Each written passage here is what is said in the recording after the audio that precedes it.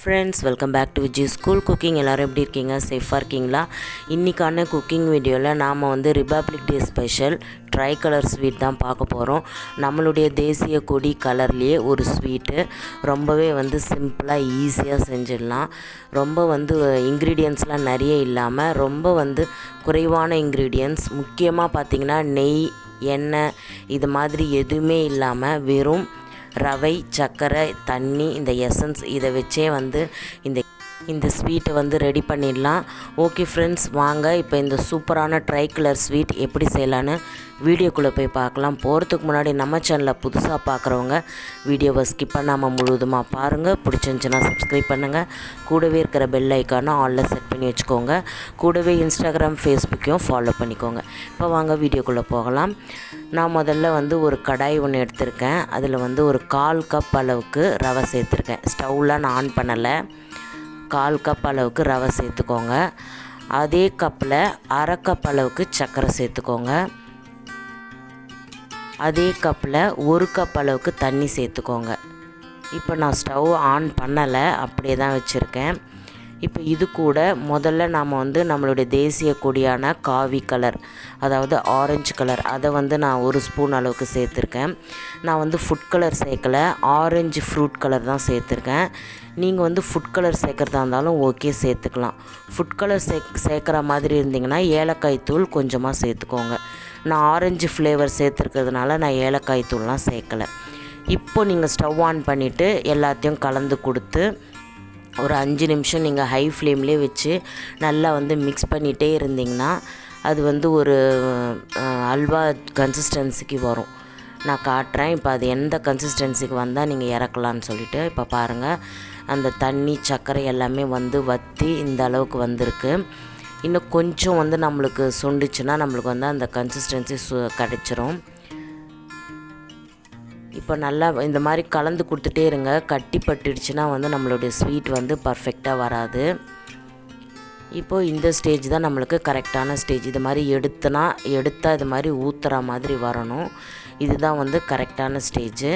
இப்போ நாம் வந்து ஒரு தட்டுலையோ இல்லைன்னா வந்து இந்த கேக்கு செய்கிறோம் இல்லைங்களா, அந்த மாதிரி உங்களுக்கு எந்த டிஃபன் பாக்ஸோ தட்டோ ஏதோ ஒன்று நீங்கள் வந்து எடுத்து இதை மாதிரி நெய் தடவி ரெடியாக வச்சுக்கோங்க.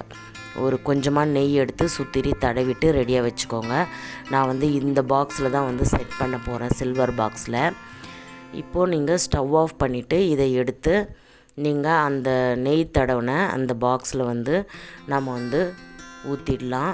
நல்லா ஊற்றிட்டு நல்லா ஃபுல்லும் வரா மாதிரி நல்லா வந்து பரப்பி விட்டுருங்க, இல்லைன்னா அது மாதிரி டேப் பண்ணி விட்டுருங்க. இப்போது நம்மளுடைய முதல் கலர் செட் ஆகணும். இது கொஞ்சம் நேரம் அப்படியே இருக்கட்டும். அடுத்ததான் நாம் வந்து ஒயிட் கலர் பண்ண போகிறோம். அதுக்கு ஒரு கடாய் வச்சுக்கோங்க. நான் ஸ்டவ் ஆன் பண்ணலை, அதே ஸ்டெப்பு தான். 1/4 கப் ரவை, 1/2 கப் சர்க்கரை, 1 கப் வந்து தண்ணி. இப்போது இந்த ஒயிட் கலருக்கு நான் வந்து வெனிலா எசன்ஸ் சேர்த்துருக்கேன் ஃப்ளேவருக்கு. நான் ஆல்ரெடி சொன்னது தான். நீங்கள் வந்து எசன்ஸ் சேர்க்குற மாதிரி இருந்திங்கன்னா ஏலக்காய் தூளை வந்து ஸ்கிப் பண்ணிவிடுங்க. இல்லை ஃபுட் கலர் சேர்க்குற மாதிரி இருந்திங்கன்னா வந்து ஏலக்காய் தூள் வந்து நீங்கள் ஆட் பண்ணிக்கோங்க ஒவ்வொரு ஸ்டெப்லேயுமே. இதையும் அதே கன்சிஸ்டன்சியில் நல்லா மிக்ஸ் பண்ணிவிட்டு பாருங்கள், எடுத்தால் ஊற்றுற மாதிரி இருக்கணும். அந்த கன்சிஸ்டன்சி வந்ததுக்கப்புறம் ஸ்டவ் ஆஃப் பண்ணிவிட்டு நம்ம ஆல்ரெடி ஆரஞ்சு கலர் செட் பண்ணி வச்சுருந்தோம்ல, அது மேலே இதை வந்து நீங்கள் அப்படியே ஸ்ப்ரெட் பண்ணி விடுங்க. இப்போது இதையும் நீங்கள் நல்லா வந்து ஒரு கரண்டி வச்சு நல்லா ஃபுல்லாக அப்படியே பரப்புன மாதிரி நல்லா ஸ்ப்ரெட் பண்ணி விட்டுருங்க. இப்போது ஃபுல்லாக பண்ணியாச்சு. இப்போ 2 லேயர் ரெடி ஆகிடுச்சு. அடுத்ததாக க்ரீன் கலர். அதே மாதிரி தான் கடாயில் 1/4 கப் ரவை, 1/2 கப் சர்க்கரை, 1 கப் அளவுக்கு தண்ணி. நான் வந்து க்ரீன் கலருக்கு பிஸ்தா எசன்ஸ் சேர்த்துருக்கேன், பிஸ்தா ஃப்ளேவர் வந்து. அதை சேர்த்துட்டு நல்லா மிக்ஸ் பண்ணிவிடுங்க. இதே மாதிரி 5 நிமிஷம் நீங்கள் நல்லா மிக்ஸ் பண்ணி எடுத்திங்கன்னா நம்மளுடைய க்ரீன் கலரும் வந்து கிடச்சிரும்.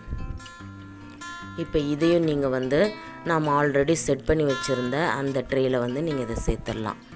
நல்லா மேலே வந்து சேர்த்துட்டு இது மாதிரி கரண்டி வச்சு நல்லா பரப்பி விட்டுருங்க.